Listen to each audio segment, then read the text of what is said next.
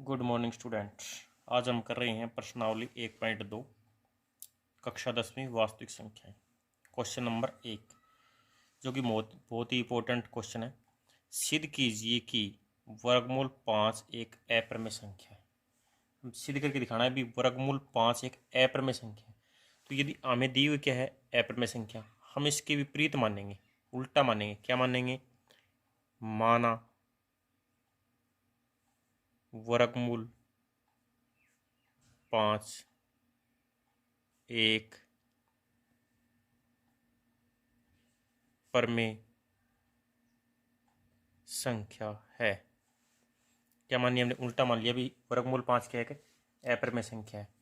इसके फिर क्या है, दो सहभाज्य गुणनखंड मान लेंगे। इसके सहभाज्य गुणनखंड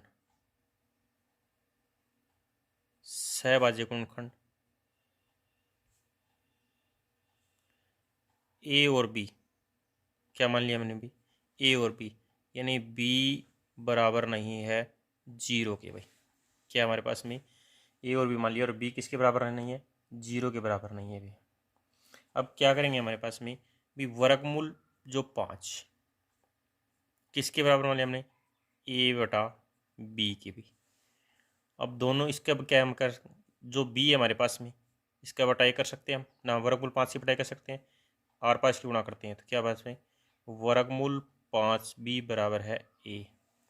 इसके लिखेंगे दोनों तरफ, दो पक्ष हो गया बायां और दायां, तो दोनों तरफ वर्ग करने पर दोनों तरफ वर्ग करेंगे इसका। तो वर्गमूल 5 बी स्क्वायर का वर्ग बराबर ए का वर्ग हो जाएगा। इसका वर्ग से वर्गमूल कट जाएगा, तो क्या बच गया? 5 बी का वर्ग हो जाएगा। 5 बी स्क्वायर बराबर है ए स्क्वायर। भाई अभी यहाँ पे दिया है भी 5 बी स्क्वायर। अब ये 5 इसके साथ क्या है? गुणा में है। और जब गुणा वाली संख्या इधर लेके आती है तो कहाँ पे आती है? नीचे आ जाती है हमारे पास में। जैसे ही अब अगर हम नीचे आती है तो इसका मतलब बटा में आ जाएगी। तो क्या लिख देंगे हम कि 5 किसको? ए स्क्वायर को विभाजित करता है। 5 किसको विभाजित करता है? ए स्क्वायर को विभाजित। यदि ए स्क्वायर को विभाजित करेगा तो 5 किसको करेगा?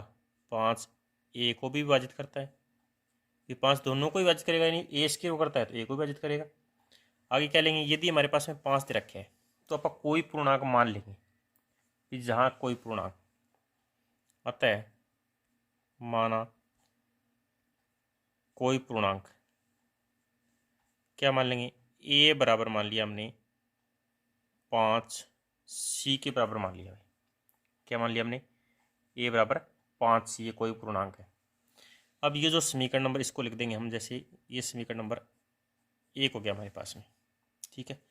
अब यहाँ पे रखे 5 बी स्क्वायर बराबर ए स्क्वायर दिया हुआ है, और यहाँ पर रखे ए बराबर 5 सी। अब इसको भी क्या है, दोनों तरफ हम क्या कर देंगे? वर्ग कर देंगे। भी इसको लिख देंगे दोनों तरफ वर्ग करने पर, दोनों तरफ वर्ग कर देंगे तो क्या आ जाएगा? ए स्क्वायर और 5 का क्या जगह? 25 सी स्क्वायर। ठीक है। अब ये हमारे पास लिखे ए स्क्वायर 25 स्क्वायर। ए स्क्वायर किसके बराबर हो गया? 25 सी स्क्वायर के बराबर हो गया। और यहाँ पे रखे है 5 बी स्क्वायर किसके बराबर है? ए स्क्वायर के बराबर। तो ए स्क्वायर की वैल्यू किसके बराबर है? 25 से सी स्क्वायर भी। इसका मान किस में रख देंगे? इसको जैसे हमने मान लिया अभी समीकरण नंबर 3 कर दी, इसको 4 कर लीजिए कैसे ही करके इसमें, यानी ए की वैल्यू ए स्क्वायर का मान रखने पर तो क्या रख देंगे? 5 बी स्क्वायर बराबर क्या रख देंगे हम? ए की जगह हमारे पास में 25 सी स्क्वायर। भाई ठीक है। अब दोनों के अंदर क्या है, इस 5 को इधर लेके आते हैं हम, 5 क्या आ जाएगा? बटा में आ जाएगा। तो बी स्क्वायर बराबर है 25 बटा में 5 सी स्क्वायर, कट जाएगा तो 5, यानी बी स्क्वायर बराबर है 5 सी स्क्वायर के बराबर आ गया। भाई ये आ गया हमारे पास में। अब यही इसी प्रकार 5 को नीचे लेके जाते हैं तो क्या आ जाएगा हमारे पास में? बटा में आ जाएगा। इसका मतलब भाग हो जाएगा। तो क्या लिख देंगे? क्या 5 किसको? बी स्क्वायर को विभाजित करता है। तो 5 बी स्क्वायर का, तो 5 किसको भाग करेगा? 5 बी को भी विभाजित करता है, दोनों को भाग करेगा हमारे पास में।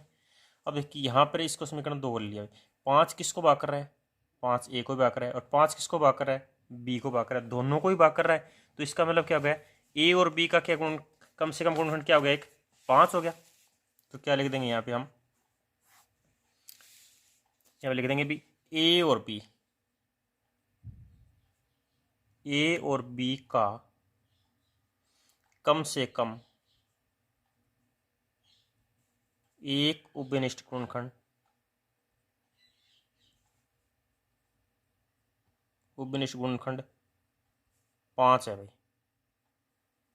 लेकिन होना क्या चाहिए हमारे पास में, एक, यानी ए और बी का सिर्फ क्या है, एक के अलावा कोई गुणनखंड नहीं होना चाहिए।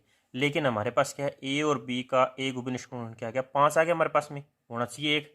यानी किसी चीज़ के अगर 2 गुणनखंड है तो हमारे पास में नहीं हो सकते, क्या है, हमारी कल्पना गलत होगी हमारे पास में। तो लिखेंगे यह किसकी वजह से हुआ, यह विरोधाभास हमारी,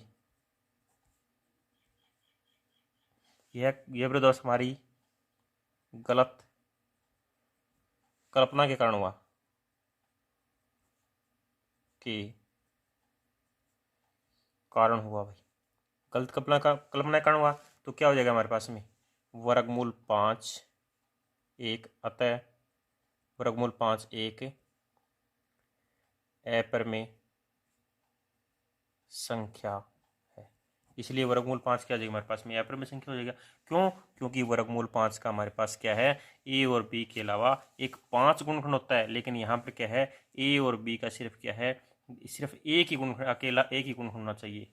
इसी वजह से क्या है, वर्गमूल 5 हमारे पास में क्या है कि अपरिमेय